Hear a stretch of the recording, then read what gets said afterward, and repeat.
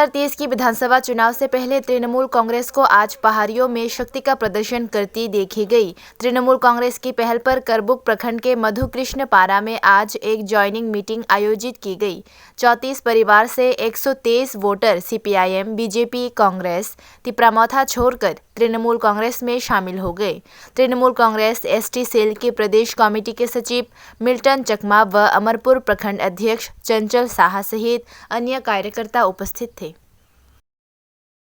जों सामने बार आरोबो किसा नायथाव खायो आरोबो गाम खायो जों तमायनानै बागोन जों इखौनो आरो सागे मथा लास्ट जिल्ला আজকে সমগ্র সারা ভারতবর্ষের মধ্যে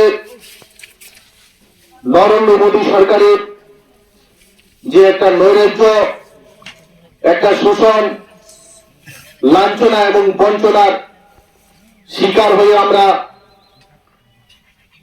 আগামী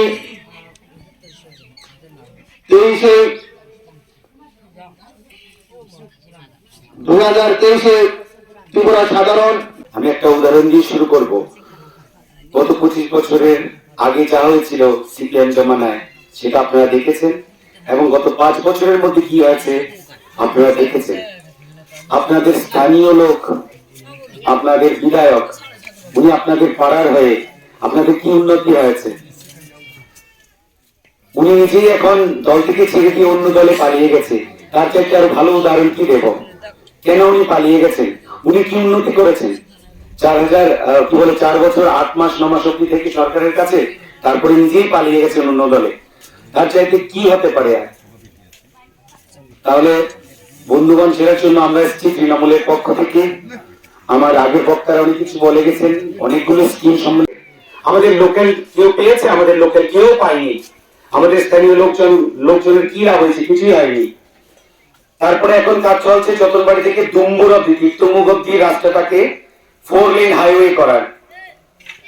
আপনারা একটা কথা বুঝতে চেষ্টা করুন, কোথায় হাইওয়ে বানানো হয়? হাইওয়ে এমন জায়গায় বানানো হয় যেখানে আপনাদের ব্যবসা চলে। আমাদের ডুম্বুরে কতটুকু ব্যবসা হবে? কতগুলো বড় বড় ট্রাক যাবে আর কতগুলো গাড়ি যাবে? তো শুধু শুধু শত শত বছর পুরনো গাছগুলোকে কেটে পরিবেশটাকে ধ্বংস করে নিয়েছে। কন্ট্রাক্টরকে পেয়েছে সেই গুজরাট সরকার, গুজরাটের একজন কন্ট্রাক্টর। আমাদের লোকালদের কি লাভ আছে? ডুম্বুরে যে নারিকেল কুঞ্জে যে কটেজ গুলো বানানো হয়েছে, সেই কটেজ গুলো বানানোর পরে ট্যুরিজম ডিপার্টমেন্ট ওটাকে নিয়ে দিয়েছে আমাদের এক আগরতলার না কোথাকার একজন বাইরের লোক। আমাদের লোকাল একজনও কাজ পায়নি। केवल स्पेशली भाजपा, सीपीआईएम और कांग्रेस का भी बहुत सारे कार्यकर्ता हमारे साथ में शामिल हुए हैं। इसमें कुल मिला के 34 फैमिली में से 123 ভোটার্স हैं।